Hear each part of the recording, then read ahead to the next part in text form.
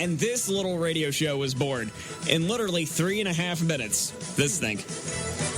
And now live from the Student Center Studios, this is Overtime Live with Carson Cornelius, Jeff Parles, and Joe Northern. So out of nowhere, we make a show in 3.5 minutes, and it was actually surprisingly good, believe I it. thought that was the most fun I've had on air in a while. Absolutely. It was a lot of fun. It was the one good thing about the show, it's so relaxed. So relaxed, so sometimes it's going to be nonsensical. Absolutely. You know that. Everyone knows that. Even listening to the Big Three, you're going to know that's nonsensical, too, which also Big 3.5 hour big show today. Yes. NFL preview and such. We'll talk more with Big Three coming up before last call. Yes. Continue. And we're going to be, the one good thing about Overtime Live that we're going to do that we haven't even mentioned yet. Next, when was the meeting, the general interest meeting for it was freshmen? just Tuesday night. So those freshmen, if any of you freshmen that were at that meeting Tuesday night, you're going to have an opportunity to get on air. Like almost immediately, too. Quickly. And this is an opportunity that none of us really had. Other than maybe like a sports minute here, a news minute there. Yeah, one of those two here and there. Like something that, like, okay, you're on the air for a minute. 2.5 minutes. You're talking a whole hour now at this point. You get an hour, if you're a sports person, or actually we can turn this into any show, whatever we want that week, depending on who's in the studio. Because in all likelihood, I would say probably two of us will be here every week. Yeah. I highly doubt maybe this first show again, the first official time slot show, all three of us will be there, and then after that, it'll be a rotating basis. It's going to be a great opportunity for the incoming freshmen, and it'll be interesting to see what happens after this semester with this show.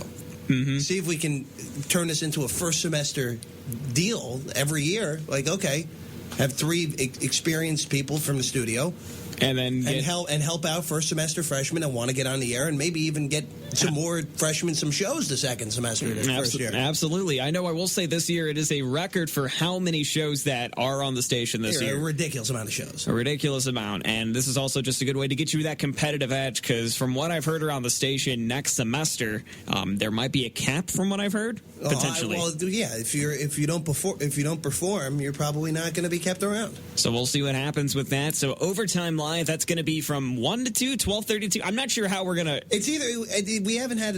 all we know is it's ending at 1:55. Right. We are either going from 12:30 to 1:55 or 1 to 1:55. Just turn to 88.1 on your dial. Or KCOU.FM on your computer. At 12:30 next Tuesday. You'll find out one way or another. You'll find out what happens. My goodness. But I will tell you what happens right now. Jeff and I were talking yesterday, since I knew he was going to hop in out of nowhere. He wanted to hear two things in life, Rush and Bon Jovi. Yes, we love Rush. Here's the first one. It's a little limelight for you. Fantastic. Here on it. Little Bon Jovi for you by request. It is Happy Hour on KCOU at 8.1 FM, KCOU.FM. Joe Northern, Eddie Duckworth, Jeff Parles, and hopping into the studio for the 10 hot picks, Jacob Stiemer and Tyler Greever here on the program as well. We are going to try to predict the week in sports and anything else that we want to predict as well. It is the 10 hot picks of the week. Let's try to do it in 2 minutes and 19 seconds. Here we go. And Eddie won the toss. He will be going first. Contrary to popular belief, I believe, I'm picking with my heart, not my head here, the Bears will make the Super Bowl. Shut up. I don't know if they will win it, but I think they will make it there. Shut up. Move on. Don't hate. There's no chance of that. What there's a strong chance of is Phil Mickelson winning the Deutsche Bank this weekend. Oh, bold prediction. Come on. He's 8 under already. He's got another win under his belt. The Washington Nationals are going to make their run. By the end of next week, they will be within 2 games of the second NL wildcard. Okay. The TCU Horned Frogs are taking down LSU this weekend. Watch out for Gary Patterson in that defense. They're going to frustrate Zach Mettenberg. I like TCU over LSU. Mentioned this on OT Live Tuesday, but I'm going to mention it again. I like Clemson over Georgia, and I like them by a lot. At least a 2-touchdown win. My other bold NFL prediction is that sometime during the middle of the season, Rex Ryan will be joining Stan Van Gundy and taking family leave. Family leave? Family leave. Family leave? You mean we got axed? No, he wants to spend more time with his family. Oh, yeah, okay, fine. That's the excuse, right? That may happen. I know that I like Liriano tomorrow against the Cardinals. Pirates win, starting off the series. Very, very bold picking baseball there. Very bold. I'm going to go a little bit different here. I'm going to go back. I said this on Overtime Live the other day. I'm going to say it again because I like it. And it's bold. The Missouri Tigers tomorrow are going to hang 70. 70? They're going to score 70 tomorrow. You're so boring. That is so boring. That's not bold. All right, here we go. Okay. All right. Getting on to it. A little taste of my NFL prediction today. The most improved team from last year. I think the Detroit Lions are going to be a lot better this year. I have them at 9-7. Not making the playoffs, but I think they're going to be a lot better. My final bold prediction, Waffle House will be packed and it'll take forever to park tomorrow night. Woo! Waffle House! That is what we like to call the 10 hot picks of the week. Very rapid, but we do them quick. That's the way we like it. And if anything is sure to happen out of those 9 things, the Waffle House and getting back home tomorrow night from parking at tomorrow's game. Well, Waffle House is a lock. Well, of course. That's the lock of all locks. Here's the thing, though. What are you getting at Waffle House? You got to get them scattered, scovered, and covered. Are you talking about the hash? I went to Waffle House once over the summer. And for the price, if you don't really care about what you're eating, it's all right. Like, the waffles are decent, the toast is okay. Waffles are good enough. Hey, if you want to spend $4 on breakfast, it's perfectly fine. Where else can you get a chocolate chip peanut butter waffle? That's what I ask you. True. And it is godly. It is absolutely godly. And also, just remember, the Waffle House is the reason the Braves took off in the second half. Just remember that. That's true. Just remember that. They open up a Waffle House in Turner Field. You open up a Waffle House in Turner Field, and goodbye. Everyone, you can't beat them at home. And also, their home record is really good this year, which is kind of surprising. Absolutely. It's the Waffle House omelet. The omelets are so good that you feel sick eating them because they're just so tasty. Like, I just kept eating. Yeah, cause like I kept eating the omelet, just kept eating it. And like, this is so good, I need to stop because I'm getting a stomachache, but I couldn't stop. I just couldn't. Well, that's your own fault. That is your own fault. All right. This is Last Call on Happy Hour.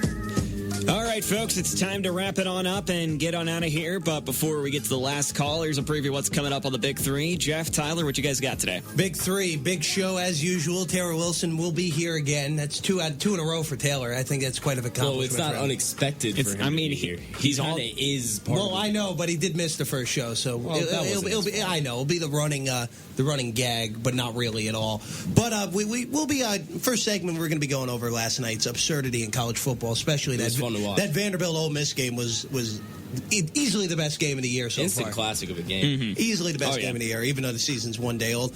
And then we're going full-scale NFL after that first segment. We'll be going over our picks, even though Ty spoiled some stuff already. I also spoiled if you pay. All I spoiled for you all is the Jets are going 2-14.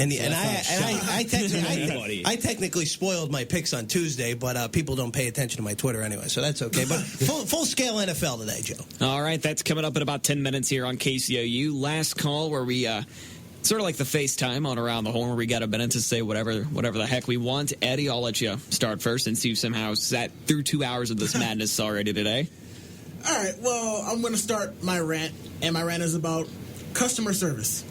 I work I'm not at liberty to say the company, but I work in food service. So I was a delivery driver, and now I make the food. And one thing I hate is when people call up and don't know what they want to order, and have you sitting on the phone for 15 minutes trying to take down a simple order for 2 things. And in which case, you could have been doing 15 other things in the store that you need to get done, be it cleaning or making other food or all that. But instead, you're sitting on the phone for 15 minutes with some idiot who doesn't know what they want to order, and you're backed up 15 orders. So don't call in unless you know what you want.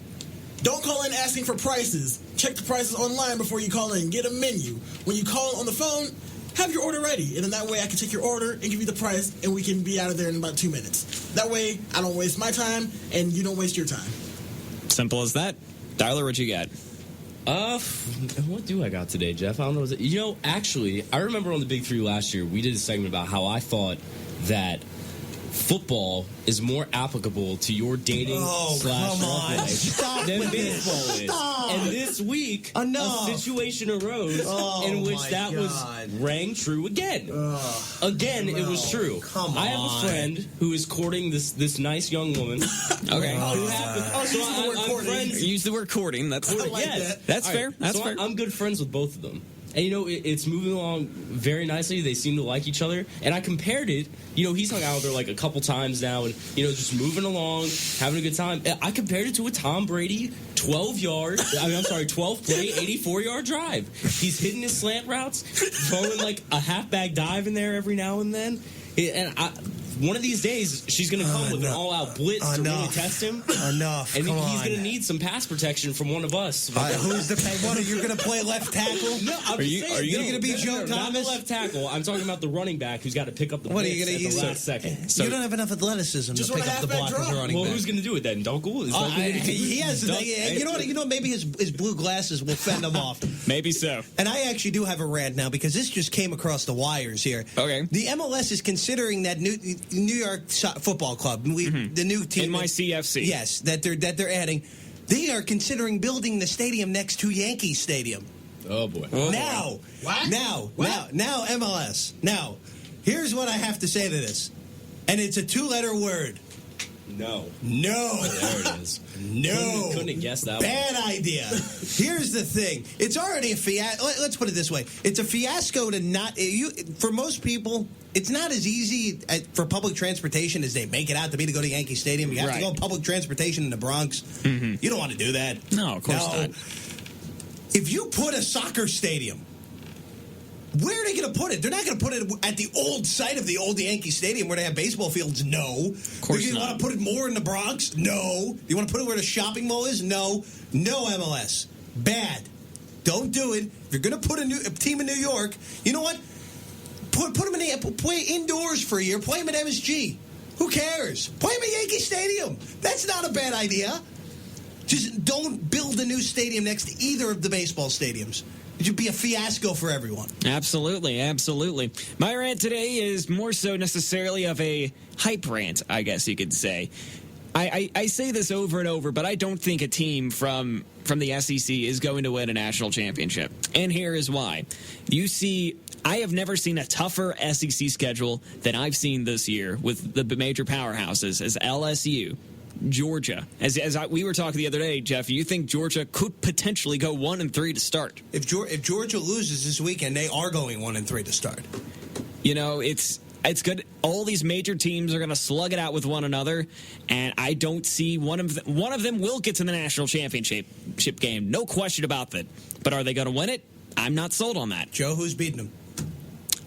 Make a team. Come on, you got to be. I got to make a team. I mean, 4 minutes. I got either honestly Ohio State and hell. This is going to make me sound a little wild. I think Clemson can do it.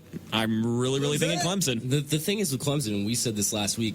I'm not worried about Clemson showing up in a game like against Georgia. Mm-hmm. They'll show up for that game. That's going to be an important game. My concern is when you get into the ACC schedule and there's that trap game and they Clemson in. It's 17-14. They're going to be up by 3 in like the fourth quarter against like North Carolina State or somebody. Some team that's not that good, and they're going to throw a last minute pick, or NC State's going to drive down the field and beat them in the last minute. That's what Clemson does all the time, and that's my main issue with them at this moment. They got the talent to do it. They really just need the fortitude to pull it off. I could see that. But I think we're going to see a lot of unpredictability this season, as we do every year, but this year even more so. I think, I don't want to say a 2-loss team will make the national championship game. We know that's not going to happen anytime soon. But I don't think we're going to see someone different take it. That's all I'm going to say. Someone outside the SEC. I think it's going to happen. Last year, BCS chaos. It's good. Just remember that. It's the last year we have chaos. That is correct, because next year, we got the little thing called the playoffs. That's right. All right, Jeff and Tyler and Taylor coming up next. Playoffs in the college football system. Eddie Duckworth, thank you for joining me. Thank you to Steve Goldberg, Andy Humphrey, also on the program. Don't forget, Tiger Kickoff Live tomorrow night at 5 p.m.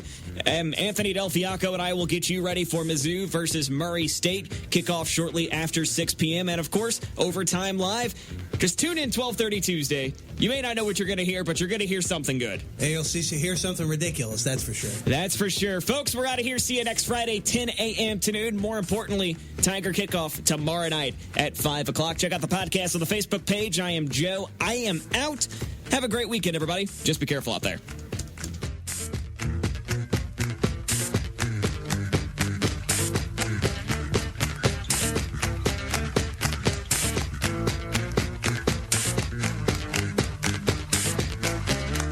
listening to Happy Hour with Joe Northern.